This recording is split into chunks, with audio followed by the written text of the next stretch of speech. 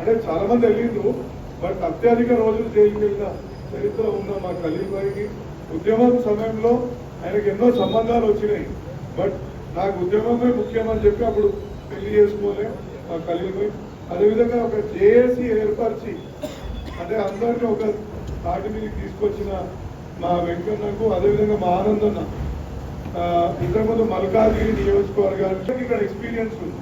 అంటే నియోజకవర్గంలో తిరిగిన ఎక్స్పీరియన్స్ ఉంది, పనిచేసిన ఎక్స్పీరియన్స్ ఉంది. కాబట్టి ఒక కమిటీ మన మల్కాజ్గిరి కాన్స్టిట్యున్సీకి ఒక కమిటీగా ఏర్పరిచి ఆ కమిటీకి మీరు మీ అభ్యర్థిత్వం కార్పొరేటర్ కావచ్చు, లేకపోతే అనుబంధ సంస్థల మెంబరు, ప్రెసిడెంట్, వివిధ హోదాలు ఏవి కావాలనుకున్నా ఈ కమిటీకి నివేదించండి. రాజశేఖర రెడ్డి ఒప్పుకోకుండా మీ మాట ఇంకో కూడా వింటారు కదా, మీ మాట వినే వ్యక్తులు కూడా ఇక్కడ ఉంటారు, వాళ్ళకు కూడా మీ అభ్యర్థిత్వం ముంగడు పెట్టండి.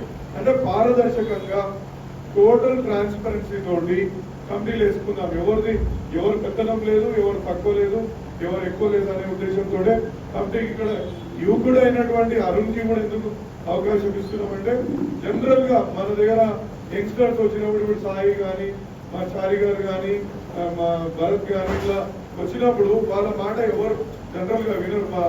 ఇప్పుడు మా ఒక్కరు దానికి రీజన్ అని చెప్పేసి నేను అనుకుంటాను. అదేవిధంగా మీకు ఇబ్బందికరంగా నేను ఏదైనా వ్యవహరిస్తున్న సందర్భం ఉంటే కూడా మీకు ఓపెన్ గా చెప్తున్నా, నాకు చెప్పండి, కరెక్ట్ చేసుకుంటా.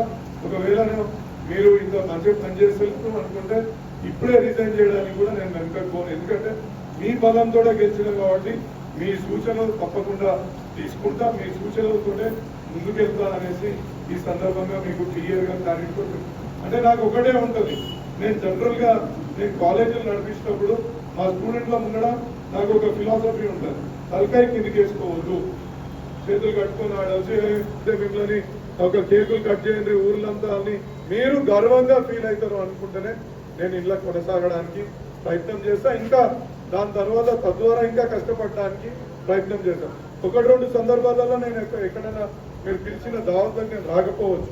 ఎందుకు చెప్తున్నా అంటే ఒక కమిట్మెంట్ తోటి ప్రతిరోజు ఇయ్యాల వరకు ఒక హాలిడే తీసుకోలే. బహుశా నాకు తెలిసి మా బిడ్డ పెళ్ళినప్పుడు ఒక వారం రోజులు, లేకపోతే ఎప్పుడైనా తిరుపతి పోయినప్పుడు ఒకటో రెండు రోజులు. తిరుపతి కూడా నేను ఒకటే ఏడాదికి ఒకటేసారి పోతా, ఊరికూరికే కూడా పోయేడు లేదు.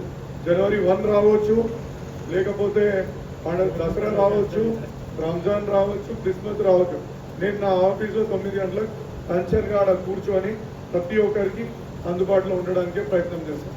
మీకు ఎమ్మెల్యే ఇంద్రబాయ్ అంత గుద్దబలతోడు ఉన్నాడు, పోతే కూడా మాట్లాడాడు. కోర్ట్ బిల్డింగ్ కావచ్చు, ఒక రైల్వే మీ వాజ్పేయి నగర్ రైల్వే ప్రాజెక్ట్ కావచ్చు, మన ఏఓసి రోడ్ కావచ్చు, రామకృష్ణాపురం బ్రిడ్జ్ కావచ్చు. ఇట్లా మన జిహెచ్ఎంసీ అయితే చిన్న చిన్న పనులే, అవేం కొన్ని చాలా అయినాయి, కొన్ని చాలా ఇంకా మనం చేసుకోవాల్సినవి ఉన్నాయి. దీనికోసం ఏ విధంగా కష్టపడుతున్నాను, నా సొంత బిజినెస్ ఎట్లా చేస్తానో ఆ విధంగా పాటుపడుకుంటూ కూర్చుంటా. ప్రతిరోజు అందుబాటులో ఉండి కమిషనర్ దగ్గర పోవాలి, కలెక్టర్ దగ్గర పోవాలి, లేకపోతే ముఖ్యమంత్రి దగ్గర పోవాలి. ముఖ్యమంత్రి దగ్గరికి పోతుంటే కూడా కొందరికి మన దాంట్లోనే ఉద్యమం చేసి మా వెంకన్న అంటుంటాడు, మా ఖలీల్ భాయ్ అంటుంటాడు, ఏంది భాయ్ ఇది నువ్వు బీఆర్ఎస్ ఎమ్మెల్యే వాళ్ళు అట్లెట్లా పోతావు అంటాడు ఆయన. మా బంగాళామని వచ్చి ఒకరోజు కొట్లాడ పెట్టుకుంటాడు, నువ్వు అట్లెట్లా కలెక్టర్ దగ్గర పోతావు, మేము ఉద్యమం చేసింది నువ్వు వేల రోజుల దగ్గర పోనీ. ఇంకా మరి ఎవరు ఇవ్వాలి మనకు పనులు, ఇలా బ్రిడ్జిలు ఇవ్వాలంటే వాళ్ళ దగ్గర వాళ్ళ మనుషులు అయితే ఎట్లయినా పోతలేరు, అది మీకు తెలుసు. మీకైతే అందరికి తెలుసుగా, వాళ్ళ మనుషులు వాళ్ళని పోయా మనం అడుగుతున్నాం. ఒక్కసారి కాదు 10 సార్లు వాళ్ళు ఎంబడబడుతున్నాం, వాళ్ళ కాళ్ళు పట్టుకుంటున్నాం, వాళ్ళని రిక్వెస్ట్ చేసుకుంటున్నాం, వాళ్ళతోటి పనులు చేయించుకోగలుగుతున్నాం. ఇవాళ ఒక అపోజిషన్ ఎమ్మెల్యేగా ఇన్ని వేల కోట్లు తెచ్చిన ఎవరైనా మీకు కనిపించిండ్రా? అంటే నేనేం అబద్ధం చెప్పలే. మీకు మొన్ననే వాజ్పేయి నగర్ ఇనాగ్రేషన్ చేసుకున్నాం, రామకృష్ణాపురం ఆల్రెడీ టెండర్ అయిపోయింది. రేపో మాకో వాళ్ళు అంటే ఆ ల్యాండ్ అక్విజిషన్ కి కూడా నోటీస్ ఇచ్చేసి, అంటే ఒక ప్రాజెక్ట్ ని మనం సాధించుకోవాలంటే కనీసం మినిమం 1 ఏడాది నుంచి 2 ఏళ్ళు మనకు టైం పడుతుంది. అట్లా ఈ కార్యక్రమాలు తిరగటంలో ముఖ్యమంత్రి దగ్గర పోవడమో, లేకపోతే చీఫ్ సెక్రటరీ దగ్గర పోవడమో, లేకపోతే కలెక్టర్ దగ్గర పోవడమో, కమిషనర్ దగ్గర పోయే సందర్భాలలో ఒక పెళ్లికో, ఒక సావుకో, లేకపోతే ఇంకోటి అవతల ఏడా సందీప్ మహిళా కమిటీలు కానివ్వండి, మైనార్టీ కమిటీలు కానివ్వండి, బీసీ కమిటీ కానివ్వండి, ఎస్సీ కమిటీ కానివ్వండి, నేను అది భావిస్తాను.